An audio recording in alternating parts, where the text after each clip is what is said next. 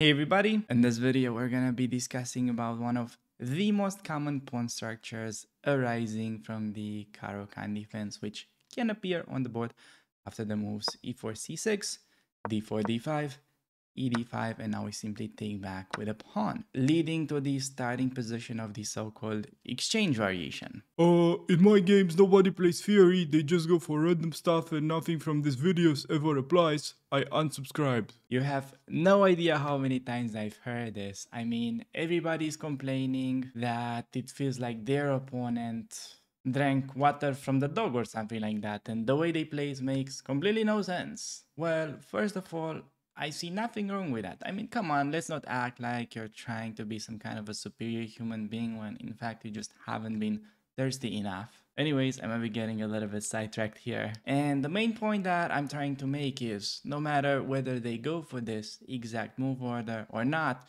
this is such an important pawn structure that you need to remember, because let me just give you a few examples in which you can reach this. So one of the most common, in case you're below 1500, they can go for the hillbilly attack, and after ed5, cd5, no matter whether they check or they go with the bishop wherever, simply because of the fact that white has gone for this e takes on d5 move that transposes into the exchange variation. It's simply just a better version for us. Another example, they go knight c3, d5, they take. Once again, we take back. We do have the same thing, just another one that really comes to mind quickly. They start with knight f3 and then they take. I've had all of these moves, especially below 1500. So in today's video, I'm gonna be walking you through my thinking process, playing 2 games against low-rated opponents, trying to highlight the super common mistakes that they make in this rating range. All right, everybody, we do get the black pieces, and we are gonna be sticking with the Caro-Kann defense. And for that, I also got a little background for you. And I know some people in the comments may be wondering, You got the Eiffel Tower in the background, but you're not playing the French defense. How does that make any sense? well, first of all, I don't know why would you be speaking like that. And yes, I do know that. But then I was like wondering, the French defense is like such a bad opening, and it could have like such a cool reference for thumbnails and stuff like that. I mean, we need justice for the Caro-Kann. So then I was like, screw this, just gonna use the Eiffel Tower anyways for the background. So there we go, in case you were wondering. And opponent just seems to be going for the typical exchange variation in the Caro-Kann, where he already made a mistake. Now, can you guys try to spot what was the mistake? Since, you know, it's already 4 moves that have been made, and it is not actually that hard to guess. It doesn't take a genius, you know? You can do this. Come on, guys. So, yeah, well, first of all, taking is kind of okay. Playing d4 is fine, but the knight on c3 is not the best knight of all time, because this guy really belongs on like knight f3, bishop f4, and the guy goes to d2, then plays c3 and bishop d3, and play like a, whether you like it or not, play like a reverse London system. So funny thing about the exchange variation, you can literally play the same against anything. You just need to remember where the pieces belong, which is one of the very nice things about the Caro-Kann. You know, like this kind of situation where you find an opening that you like and you have to learn like hundreds of variations just to be able to get like a playable position. Well, Caro-Kann is like the complete opposite. You just basically need to know where your pieces belong, and you can play like that, whatever. I mean, even my cactus can do that. So just gonna go knight c6, and where are the pieces developing? So knights are going to the natural squares. That is like pretty easy to guess. If possible, light squared bishop goes all the way to g4. If that is somehow taken by your opponent, he plays h3 thinking that he's some kind of a 100 IQ genius. You can just play bishop f5 anyways. Then go e6, and if you're below 1500, I recommend you play bishop e7 all the time against the exchange, simply because they're gonna be going for the taekwondo bishops pretty frequently. I bet this is what you're gonna see, because these people, they just don't have other squares for their bishop, man. They're like, oh, let's just go bishop g5, bishop. What do you want me to do for?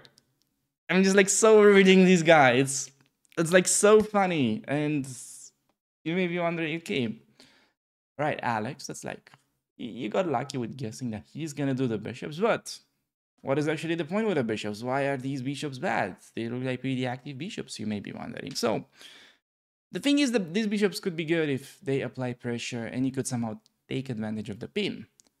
But uh, there's a little but there. Uh, Generally, they don't take advantage of any pins. They just like give up the bishops for the knight and you get a bishop pair. So I would say when you learn chess, you get taught, okay, both knights and bishops are equal, worth 3 points. But I would say the bishops are worth like 3 1/4. The bishops are a little bit better. Therefore, this kind of like Taekwondo bishops are pretty bad. So definitely 1100 vibes. Now, how are we gonna deal with this? He's threatening to do a bit of an unpleasant move, doubling up the pawns. It's not a disaster, but it's definitely a little bit odd. There's definitely bishop g4, hitting the queen. I think I'm just gonna stick with that. Hitting the queen. And is he gonna play f3? That is like the main thing that was kind of bothering me for a bit. Because if he goes f3, yeah, if he plays queen e3 now, I wasn't really caring about this too much because we just have time to play e6 and we can take. But on f3, I think we can just like slide back. Maybe f5. He takes, take with the g pawn. That's like fine. That's like okay, really. It's just much better. We'll have to check it in the post-analysis game. But yeah, I'm pretty sure that is very decent. So I'm just gonna go e6, bishop e7 castle, rook on the open file. Just like I promised, okay? I'm not gonna do any fancy plays. Now he goes h3. Typically, you wanna answer this with bishop h5 now because his queen is on d3. You can try to use your brain for a second and play bishop f5, hitting that and gaining a tempo. So I'm just gonna be doing that. And just gonna go bishop e7 castle. Now, you may be wondering, oh, there was a free pawn on c2.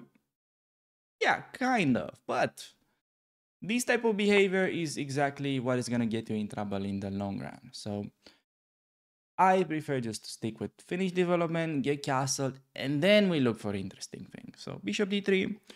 How are we dealing with this type of situation in the Caro-Kann in general? So just a little bit of a pro tip for you right there. You're not sleeping already. In general, we love trades in the Caro-Kann. We have a little bit of space.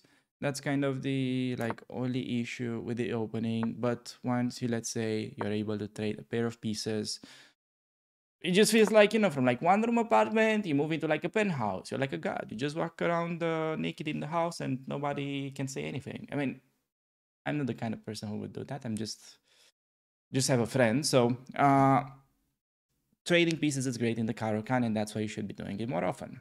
You should be taking away that from the video. So, okay, we got a position. I've got 20 seconds. You guys are freaking out watching this, but we're gonna start with h6. In the g5 bishop, he's mainly gonna go back, and what you have to understand about this structure is that we just want to go for the minority attack. You want to push. I know a lot of you are like, dude, we have to play knight before eating the queen. That queen is like so tasty. No, you don't do that. I mean, just because you see like a hanging queen, I mean, not a hanging queen, but like a queen that can be attacked, it doesn't mean like you go for it. Yeah. I mean, just imagine you see like your crush on the street or like you see some random girl that you like. Are you actually gonna try and talk to her? Come on, we both know you're not gonna do that. So why like play games and do it in game? It's like not who we are. So let's just stick to the basics. Well, yeah. Now it's a bit of a decent story since you may be wondering, okay, you just said we're not supposed to do that. Well, point is, if you go knight b4 immediately, then he can kick away your knight. But now we just got a monster knight on c4 that he has no way to get rid of. Also setting up a little bit of a trap, and I'm also explaining you guys in the post-analysis game why this was not working so well, in my opinion. We'll have to check though. Now, if opponent is not careful, got a little bit of pressure on this file. So he needs to watch out for knight takes on e3 combined with queen c3. And yeah, winning a piece. So is he gonna be able to find that? Also, we've got a bit of a hidden threat, perhaps. There could be like knight a3 trick, rook takes, bishop b4. So he just goes queen c1, but this guy is like dreaming about a sacrifice, but he's gonna get a big reality check. So you're like, this is you. You think you're like making a few moves, and then he just takes your queen. Exactly the same kind of vibe my opponent is gonna have, because the knight is just remaining undefended, and this is just like the whole strategy. Why you get the open file, why you double up, just wins you 3 games. You're like struggling to win below 1400. Take the open file, and that in itself is just gonna be winning the game for you. I'm telling you, nothing fancy needs to be done. So taking that now. The rest should be generally pretty simple. This is what I'm saying before I mess things up. But as long as you stick with exchanging all the pieces, you should have no problems winning this. And I think somebody should be saying this more often, because a lot of people, when they just get into chess, they're like really freaking out about how to checkmate or how to do any like amazing plays to win games or stuff like that. When in reality, it hardly comes to checkmate. So, uh, you know, just like in life, you're like preparing to get a relationship, but it like almost never happens. Just like in chess, you never really get a checkmate. How we actually win games, we just need to take all of our opponent's pieces. That's like what it's all gonna come down to. We win a pawn, we trade everything. He's gonna have to avoid trades. We start collecting stuff, and when he has the king alone, the checkmate is gonna be like pretty intuitive. You don't have to, be like a wizard at puzzles, like having solved thousands of tactical motifs. Sure, those won't hurt, but I'm saying big part of your chess improvement will just stay in the fact that, okay, you need an opening, like how to get your pieces developed, and then win a pawn, and then knowing how to offer trades. Okay, you don't want to like go blind with trading, because this is something that I hear my students do all the time, and people have problems with this. They're like, okay, I listened to your advice, I went for a trade, was a bad move. You're a bad coach, you suck. Just as a hard game. No, I mean, as long as you like respect some kind of common sense ideas, it is gonna apply. So sure, trades are like 80% fine. But let's take this hypothetical example that happens in my students' games a lot. So you have a trade. I mean, you're up opponent, you have trading opportunity. You do that because you don't think, you're just playing like an NPC. I get it. But, uh, you know, it doesn't take a genius to realize that trading your most active piece for your opponent's most passive one is gonna be bad, Like, it doesn't take a genius. So, you trade when it's kind of obvious what trades are good and what trades are not. Just, don't trade literally everything that you can, and you should be okay. Just trying to take away some counterplay for my opponent. Um, yeah, just gonna offer rook trade. Yeah, nothing special right there. Did I just blunder? Haters will say I blundered, but it was actually a 500 IQ move, so just gonna defend. And yeah, planning to trade his rook, trying to listen to my own advice here, and exchange more stuff.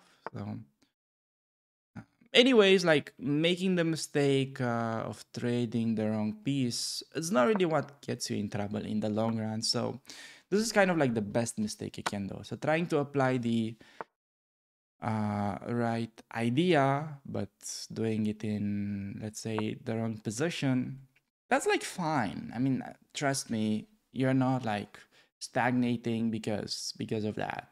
Mainly, you're stagnating because you're hanging your queen constantly, and you just watch this channel too much instead of doing puzzles. So those are like honestly the main reasons. But Yeah, okay, you trade the wrong piece, sure.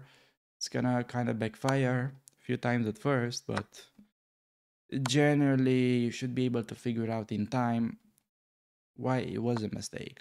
So I wouldn't worry about that much. Now, as I was saying, it doesn't come to checkmate. Just take all of your opponent's pieces, let him with the king alone, and yeah, the job is gonna be easily doable. Just gonna go for the h3 pawn. I believe this is how you win most chess games if you're a beginner. He literally walks into mate. I don't want to mate him, and he walks straight into it. Dude, I don't want to mate you. Might be finding stalemate idea though, so I'm just gonna go mate. By the way, funny thing here, if you go king f8, it might be a draw. This is actually hilarious, but this might be a draw. So look at this. If you do this move, let's actually jump into like the analysis scene. This actually might be a draw, despite having so much extra material and that. White has like a pretty funny theme, so I'm not sure if you guys can find this. But they could go rook d8. You go king e7, they have rook d7. Take the rook, stalemate. GG. What do you want me to play? Yeah, let's do this. No moves. So rook d7. Still, computer finds like a winning sequence. Yeah, but I mean, okay, I get it. It's not that clear. You can easily unpin though, and White will have moves, but just look at this. So you go king there, he takes, and yeah, if you take this way, it's stalemate again. So the kind of so-called crazy rook idea. Now, fact of the matter is you can take with a knight and he has a move, so it's not a draw. But if you don't watch out, this could have been a motive that, you know, can throw away some games. So just gonna keep it simple there. And in case you would have gone king g2, just go rook h3, he goes there, and just like moving the rook over. Next step is target this g4 pawn and move the knight so that I can basically hit it. Gonna turn on the ways to find the route for the knight and probably gonna do it this way. And let's say he will try to somehow defend, just to show you guys this. It may not be the most instructive idea of all time, but just to show you like let's say typical scenario. Yeah, you get something like this. Play knight f6, he tries to desperately defend, you trade all the pieces, you get here. That's how you win. You don't need like hundreds of hours of puzzle rush to convert this position. Like push the pawns, queen, and then it should be pretty easy. Just stick with the basics. What you need to do is you need to know how to mate with king alone and the queen or a rook. By the way, disclaimer, a lot of the 1000s don't need to know how to checkmate with a rook, which really pisses me off, but you want to take care of that too. So yeah, I hope this makes like a little bit of sense at least. And there was something I wanted to maybe explain in the opening, because we had to go a little bit fast forward on this, since opponent was just in like 100 meters dash. He was like, dude, I'm gonna like play every single move in a second and you're not gonna be able to do your goddamn crappy content. I'm like, fine, I just gotta adjust. What can I do? I'm just like a poor content creator, man. Like, what can I do? So he goes a3. Now, we were discussing about, all right, can he actually sack? Pretty sure most of you were trapping your pants because of bishop takes on h6 and some kind of ghosts that White is gonna be able to checkmate somehow. Well, sure, but on the other hand, you make no move, he still has no threat. And you make a move, simple move here, by the way. I know maybe a lot of you may be missing this. I mean, not trying to like shame you for that. I'm just trying to like highlight a point from my experience of working with a lot of low-rated players. How many? You have no idea. So you can just do a backwards knight move, which shocking. You have no idea how often they miss this type of things. So you can just do knight at h7. And the point is, you can play bishop g5 next, get rid of the queen. He has no way to bring other pieces. You can do this. It's like ultra safe. So, yeah, sack was not interesting. Also, at this point, there's no way for him to stop knight c4, really. I mean, he could try knight e5, but I would play the same. And whenever he does stuff like b3, we don't care. Yeah, now you can literally play queen b6, rook c8, and once again, the game is simply won because we have a lot of pressure on the c file. So once again, I cannot stress this enough. Make sure to bring your rook into the game. You have no idea how many players are simply gonna ignore that and play like the next 10 moves without utilizing their rooks. I mean, just think about it. Trying to play chess without actually getting your rook onto the open file is like, I don't know, you try to drive your car without having to use the mirrors. I mean, maybe some of you still don't. Shame on you for that, but you're gonna be, yeah, in trouble. You're not gonna see a whole lot. So, I think that's basically kind of it about the game. The rest was kind of easy since we just won a piece. Like, if he doesn't blunder here, plays bishop c1, doesn't matter.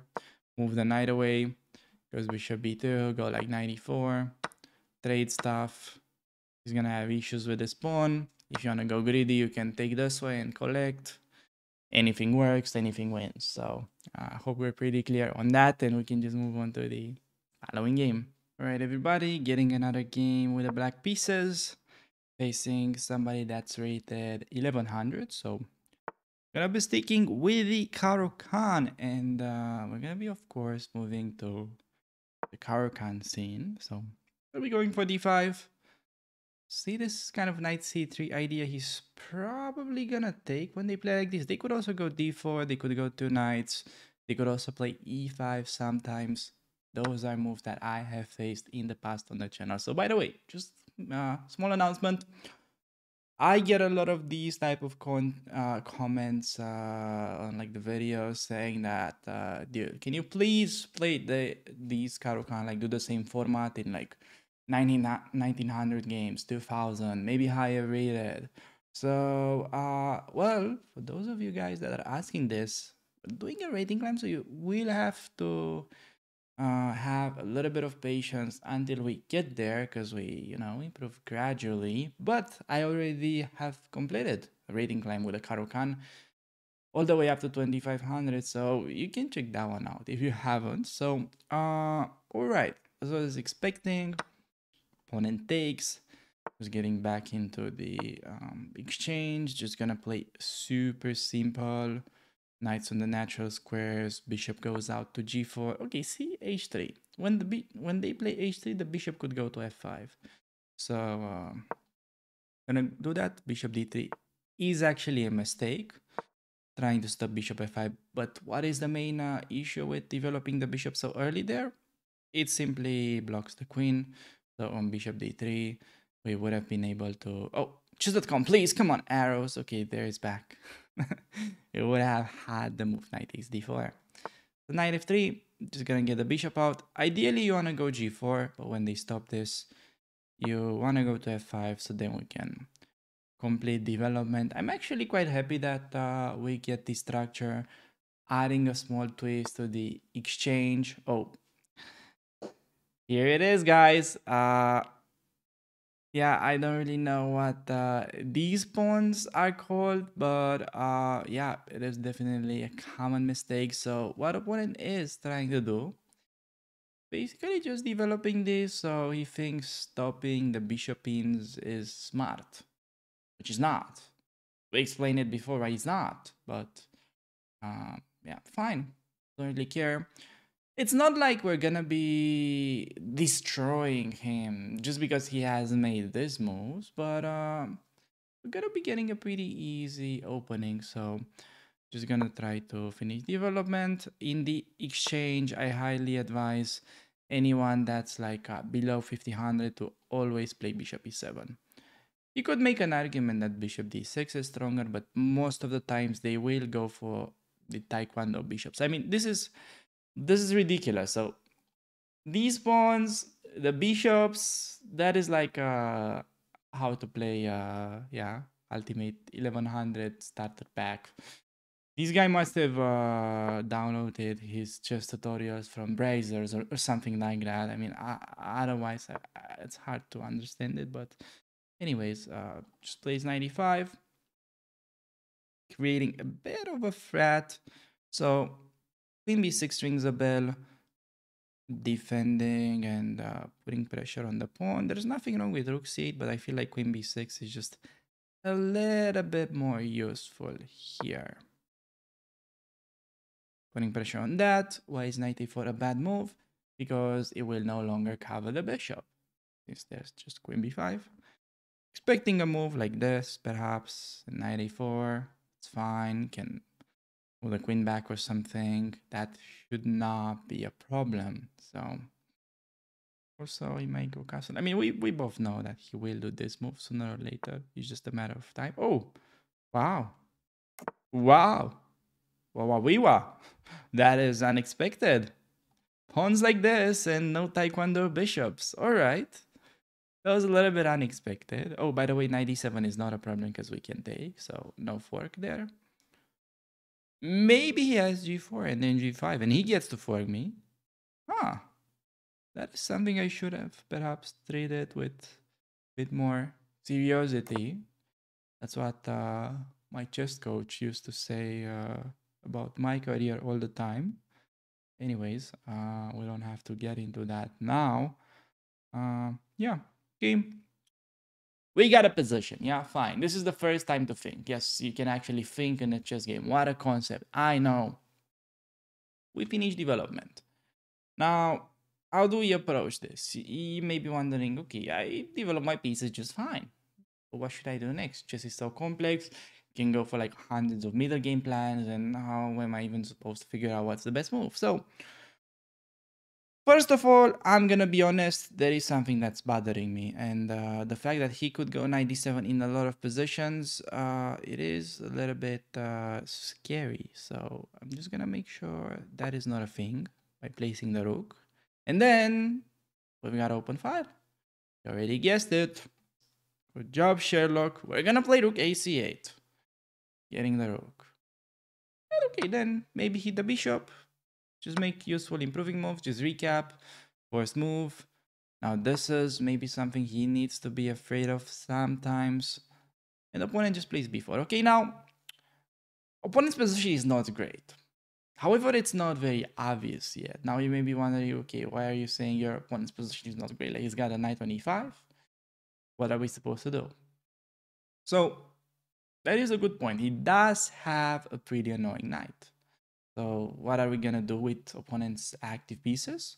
We're gonna try to exchange them immediately. So just gonna play 97. Look at this knight that's in our camp. Yeah, it's basically that's our parking lot. Somebody is there, just gotta phone him and dude, you gotta move the heck out of here or I'm gonna take. So just gonna play 97, try to get rid of the knight from our camp, and then position's gonna become easier to play. So he can either move the knight or allow us to apply brute force, which is not something that I really recommend, but sometimes it is required. So we're gonna go 95 in case he allows it. For him, it may be interesting to play something like f4, trying to take back with a pawn, open up the rook. But I could also play a move maybe like f6, just trying to get rid of the knight with a pawn. So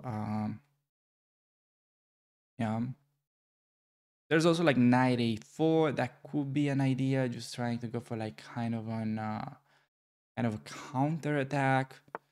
We just move the queen back. Okay, he plays 92. He's simply like entering defensive mode. He was basically afraid of 95 and then the fact that I can play d4 and fork him. So he's basically just playing a defensive move now. And yeah, with that, you can notice that whenever he makes a move, I'm kind of subconsciously asking myself, okay, what is the point behind my opponent's last move? Which is definitely something you should try to do more often. And I highly advise you, if you're a beginner, don't really care about the rating too much, just try to have this kind of small goals. Like first goal of the game should be, okay, let me try to get the opening properly. And then let me play the whole game and constantly ask myself, okay, what's the point behind my opponent's last move? Sure, whether you win or lose, that's less relevant at the beginning. You just want to get into kind of like the right thinking process. Okay, 92. Maybe I could do other moves. Just gonna stick with the simplest, getting rid of the knight. And he plays it this way, hitting my queen. So that move is a little bit annoying, but can just move to c7. I could do c5 right away too. I feel like queen c7 is what most of the viewers would have played. Uh, so I'm gonna do it. I think c5 was a little bit better, but I'm gonna do it the very next move anyways. So we need a pawn break. You finish development, always look for pawn breaks. So golden rule right there. Shouldn't go on unnoticed just because I don't have that much time now. Yeah, again, just pawn breaks. You develop, it's all about the pawn breaks. Gotta open up some lines for the pieces. Caro-Kann is like a semi-closed opening, so maybe a lot of you come from like very aggressive opening backgrounds. So for you, it may just be used to very quick action and yeah, going for sort of like premature attacks. But here, you just have to be a little bit more subtle. You gotta use the pawns, you know? You gotta go for the small talk first. You gotta go for the opener. You cannot just like brutally jump into the action like you were playing some kind of an evens gambit or I don't know, you name it. So simple play, avoid his threats, and just win a pawn. It is that simple. Beautiful part about this is that we're never actually like risking anything. So I don't know how you guys feel about that, but I would rather be safe than sorry. And on rook c1, hitting my queen, just need to sidestep. Literally queen anywhere is fine. Gonna go to a5 since it's the most active, I guess. And probably taking with the bishop is not a bad move. What are we doing on rook a1? I think that is actually a blunder for opponent because it allows a powerful trade, which you should really get used to. By the way, there is queen a1. I know you tend to get pretty emotionally attached to your queen. I mean, that's understandable. You know, that's like how most of the guys are. But you gotta learn how to let it go and sacrifice the queen. So you get two rooks. The rooks are pretty powerful. So yeah, that would have been a great trade. We don't get to do any of that here, but you get the point, I'm pretty sure. Just gonna do bishop c3, hitting the knight. Probably will go back, I assume. I don't know. Could even take it. Okay, so knight b3. Just gonna avoid the attack and keep hitting the knight. He's almost getting trapped. What's wrong with rook b1, guys? Can you notice what's wrong with rook b1? That is actually a really bad move, but it's not like he's got a big choice, does he? Is he gonna play 91? That would be pretty funny. That would be a pretty funny move. Is he gonna do that? Or he's gonna... I feel like he's more likely to go to beyond, which blunders because of bishop takes. But he kind of has to go knight a1 or queen d1 maybe even. Queen d1, the problem with queen d1 is that it leaves something undefended, so there is that.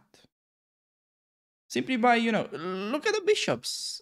If you're still like wondering why is the bishop pair so important, just notice how opponent literally has no squares because my bishops are just like controlling literally every part of the board.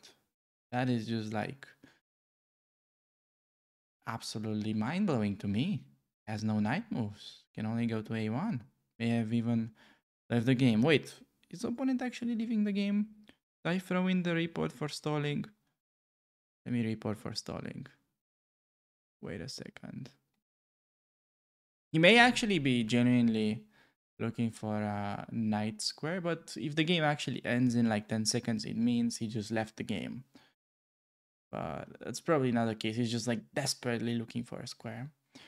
So you could do this report for stalling thing when, let's say you win a queen and your opponent just makes no move. He just like left the game or something. This just kind of gives you a win and skips the 5 minutes wait. So it can be a pretty nice trick to be aware of. I've recently found out about it. It doesn't happen here because he's still like actively trying to come with a move. But this is just, you know what, following principle the moves in the Caro-Kann will do to your chest will just make your opponent lose his mind. Spend 2 minutes when he has, no squares and just blunders a piece. So take the free piece. Just need to exchange everything from now on. It doesn't really take a genius to win this position. I mean, it takes a genius to lose this, I have to say. It's gonna be a pretty challenging job not to win this position, but yeah, gonna force a trade using a little tactical motif called the pin. I'm gonna make a luft so we don't get mated. Some people ask me, okay, when am I supposed to do a luft? This is the kind of position. Okay, there's nothing like obvious that wins, and we have the time to pause. Yeah, we've got a pawn. I can like try to activate the bishop even. So I think starting with that is sensible. Goes queen g3. Maybe he's got like f3 ideas. We don't really care that much, do we? Okay, I've got a bold move here. I'm just gonna go g5, which is trying to force the queen trade. g5 is a very risky move, but okay, I'm even gonna take with the queen so I can show you like the key concept to like win these positions all the time. Yeah, like sure. You're gonna win the most of the time, but I'm pretty sure some of you guys may just be blundering some kind of perpetual, and that is really bad. Okay, he just takes. The point was, if he goes queen h3, I was about to sack. I was about to go queen g2 and just get the winning king and pawn endgame. Now this is, of course, walk in the park. I'm just gonna, yeah, gonna go king. I mean, I don't need to defend. Oh, this is a pretty funny picture, guys. Pause the video, black to play and win. For those of you that said, okay, we got a queen, shame on you. You have mate in one. You cannot be missing that. So it's a bishop mate even. So that clearly ends the game. And yeah, I think maybe highlight of the game, like hardest move that I had to make was rook fd8. Now I'm actually curious. Yeah, rook fd8, as you can see. Oh, you cannot see that yet. Let me go to the main scene so you can see the analysis board. Yeah, rook fd8 actually second move. The computer also, I was like, maybe rook fd8 is not best, but it's like a human move. But even the computer feels that this could be problematic. So, I mean, the main reason why this is problematic is like, let's say even on the previous move, in case he goes g4 and then g5, I would have gone like knight e4, and I think we're okay. Like knight d7, there's like knight takes on c3, intermediate move, and then we take the bishop. And black wins. But simply this threat that he can constantly jump into my camp and, like go for this annoying fork is just, I mean, the guy can enter my house. I don't want anybody like entering the house, it's some people like that. I don't, okay, that's fine. So no need to allow this. Rook fda, just a little preventive measures right there. Do not play like 94 or stuff like that. Don't go for a premature attaculation because maybe you're gonna get forked. So you don't want that.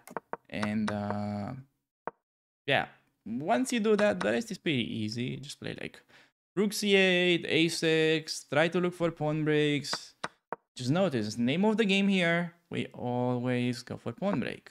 Start with 97 first, get rid of his annoying piece, and yeah, just pawn break, avoid double pawns, because why would you? Those would be weaknesses that the opponent can attack. Avoid that, and boom, we just won. By the way, what have we done to win this game? We developed properly, we made one prophylactic move not to allow the fork, and we went for the pawn breaks. Just one pawn, and it should be pretty easy. That's literally all you need to do in most of your games below 1500. So yeah, with that being said, I think we can move on to the following game. Thanks again for making it this far into the video, and in case you're looking for another very common structure that can arise from the Caro-Kann, make sure to click on this video, actually that video, in order to learn the Tartar variation.